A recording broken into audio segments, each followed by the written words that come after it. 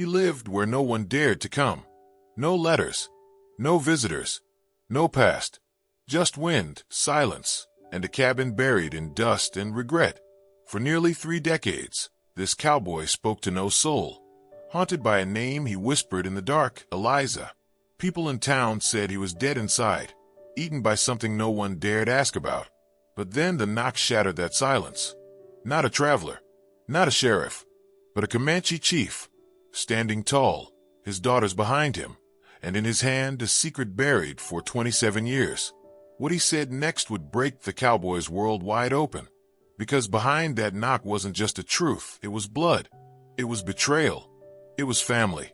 And when the cowboy saw the faces of the 2 girls, he knew this wasn't a visit. It was a reckoning. What the chief came to reveal would drag a forgotten man back into a past he thought was dead and force him to choose between living with guilt or dying for redemption. This isn't just a story. It's a soul-breaking journey of love, loss, and one final chance at forgiveness. Stay with me. What you're about to hear will never leave your heart. In the barren stillness of the Colorado frontier, far beyond the dusty trails and trading posts, a lone cabin stood against the wind, its wood weathered, its chimney cold. For 27 years, no one had crossed that stretch of land but the coyotes, the hawks, and the storms. Inside that cabin lived a man the world had forgotten, Thomas Braxton. Once a cowboy with a wild heart and a sharper gun, now reduced to silence, guilt, and a battered Bible he rarely opened. People in town whispered about him. He's mad. He killed someone. He's cursed. But none knew why he vanished after the war, nor why he built a life where voices never echoed. Each morning, Thomas woke before the sun, fed his horses, chopped wood, and sat on the porch staring into the hills. He didn't drink. He didn't speak. He just waited. For what? Even he didn't know. He kept a rusted locket in his pocket and a name on his lips, Eliza. No one had heard that name in decades. The way he clutched that locket, you'd think it held more than just a photo. It held a wound that never healed.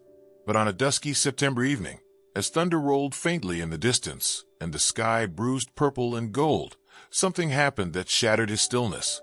A knock. Firm. 3 times. No rider's call, no sound of hooves, just that knock, steady and calm like a hand that didn't fear what lay behind the door. Thomas froze. He hadn't heard a knock in almost 3 decades. Slowly, like a ghost waking from a long sleep, he rose, reached for the Winchester leaning by the wall, and stepped toward the door. When he opened it, his breath caught. Standing before him wasn't a threat or a stray traveler. It was a Comanche chief, tall and composed, with lines etched deep into his face like maps of a life long lived. His braids were streaked with white, but his eyes burned sharp.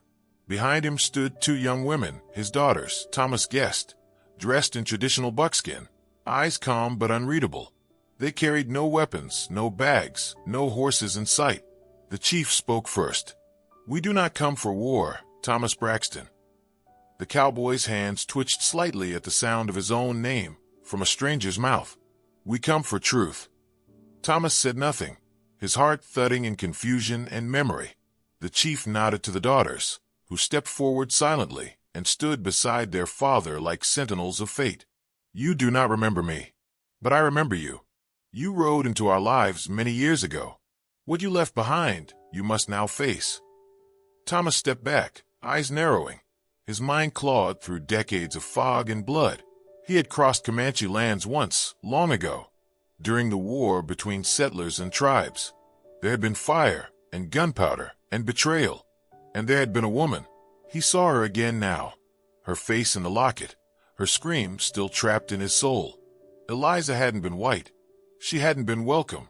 She had been Comanche, and he had loved her. The chief saw the tremble in Thomas's eyes. "She told me, before she died, that if the day ever came, I should bring the girls to you. And now the day has come." Thomas nearly stumbled. "She's gone." His voice cracked from disuse and pain. The chief nodded once. "She died protecting what you left behind. Your daughters, Thomas. These girls, they are yours."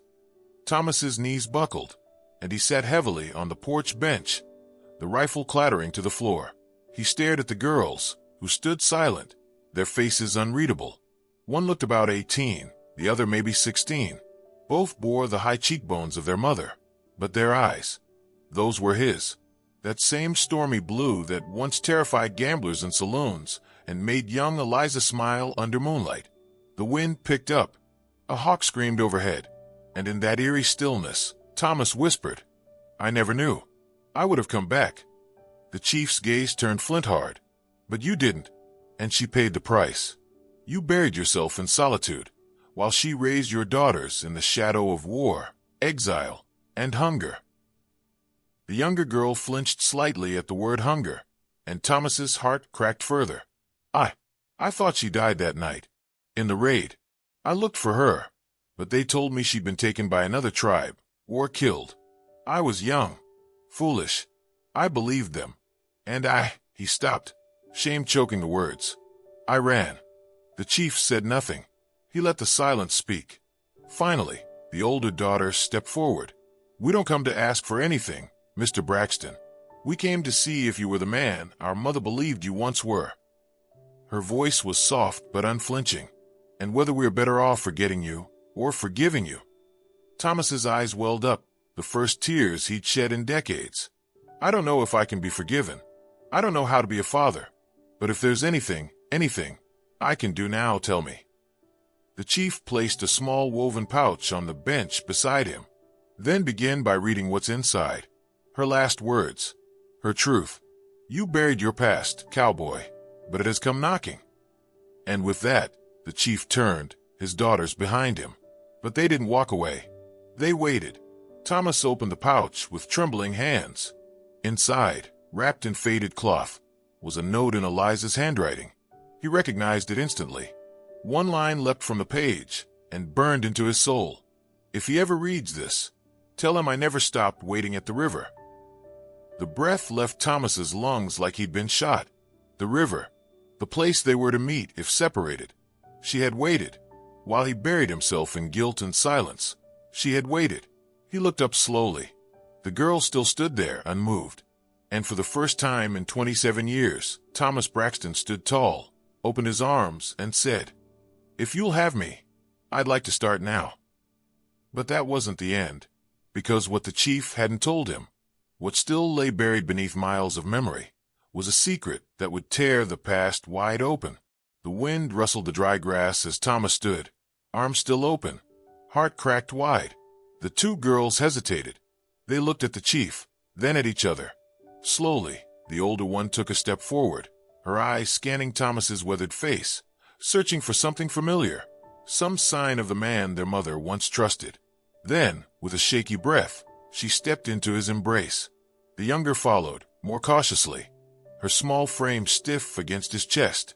Thomas held them like a man gripping life itself. He didn't cry, not yet, but something deeper than tears stirred inside him. The chief stood silent, watching the reunion, but there was no warmth in his eyes. He had come not only to deliver, but to judge. Thomas could feel it. And then, as the sun dipped behind a ridge and shadows fell over the land, the chief finally spoke again. "There's more you must know, Thomas Braxton. More than just your daughters. More than the locket. More than the waiting." Thomas looked up, dread tightening in his gut. "What do you mean?" The chief stepped forward and unrolled a piece of deerskin from his satchel. Etched in black ink was a simple sketch of a man, a white man. "This was found hanging in our village 2 months ago, marked with a knife." He pointed to the chest of the figure. There, crudely carved, was the name Braxton. Thomas's hands clenched. "Who did this?" The chief's voice turned grim. "Someone from your past. A man named Sheriff Cal Harlan. He came looking for you. Not just once, 3 times over the years. He claimed you killed his brother. He claimed Eliza was hiding you. When she refused to speak, he took her." Thomas reeled back like he'd been struck. "No, that can't be. I thought she died in a raid." "She didn't. She was taken, tortured, left at the river bleeding. But she didn't tell him where you were."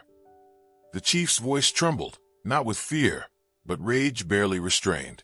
"She carried your name to her grave, Thomas. She protected you." Thomas staggered to the bench, collapsing under the weight of that truth. His mind raced. Cal Harlan. He remembered the name. The arrogant deputy from Abilene. The one who tried to touch Eliza behind the saloon when he wasn't looking. Thomas had beaten him senseless that night. He thought it was over. But Cal never forgot. And neither had the law. The girls stood still, shocked by what they'd heard. Thomas looked at them, his voice low. He came for revenge, and she took the price. The chief nodded. But he's not done.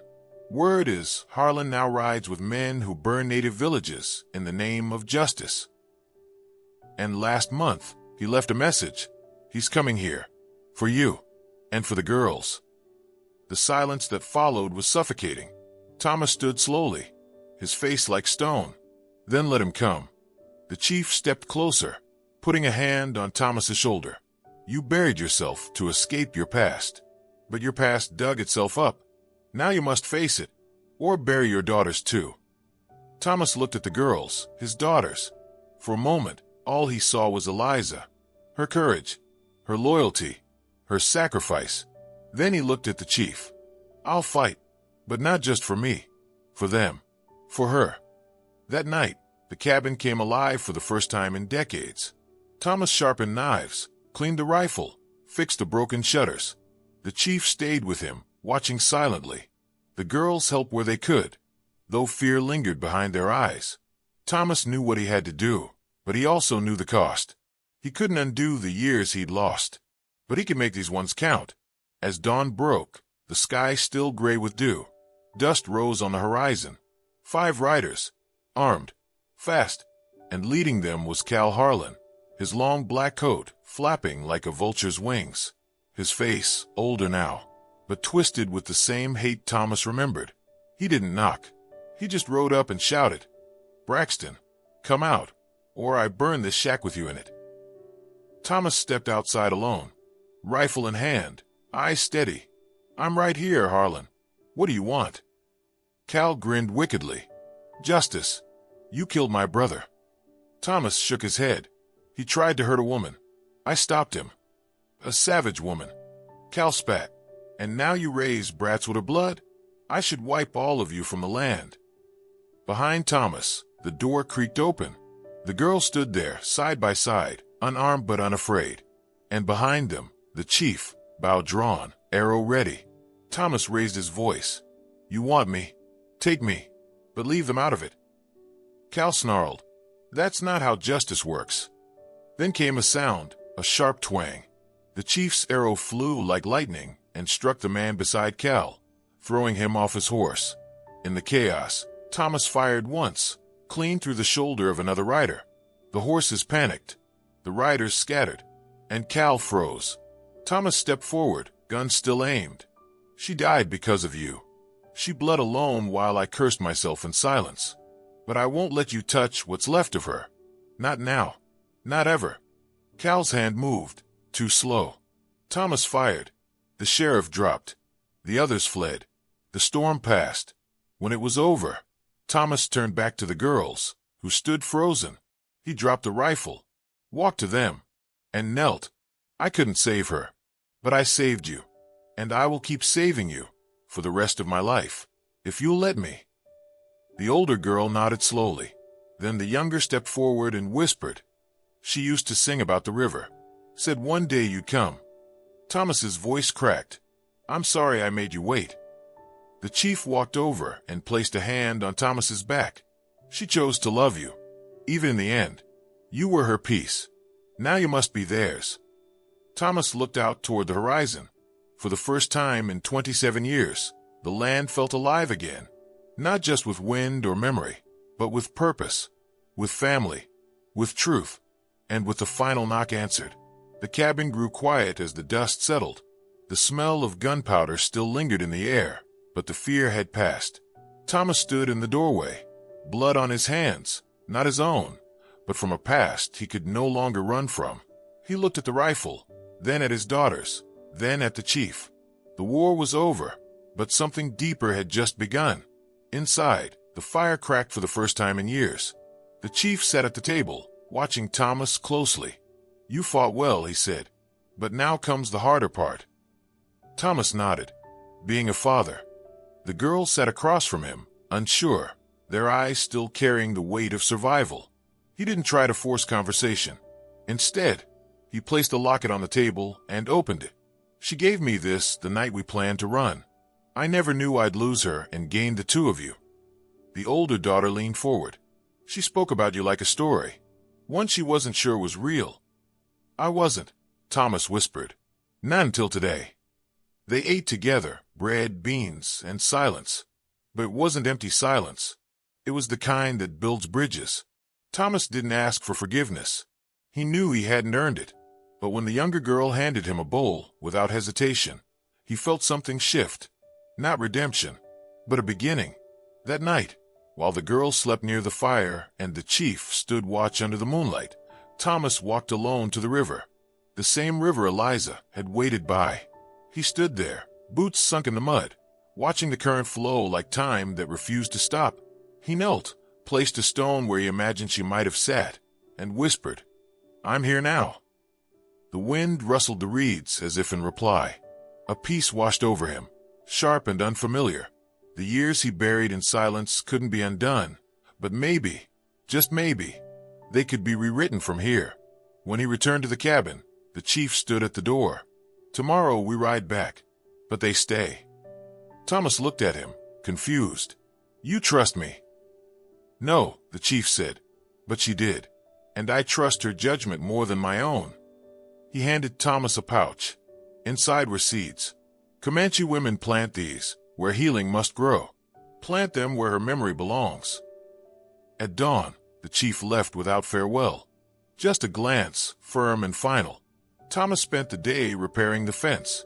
The girls helped. They didn't speak much. They didn't need to. Something had changed. They were no longer visitors. They were home. That evening, he planted the seeds by the river. And as the sun dipped behind the hills, painting the sky in fire and gold, Thomas sat beside his daughters.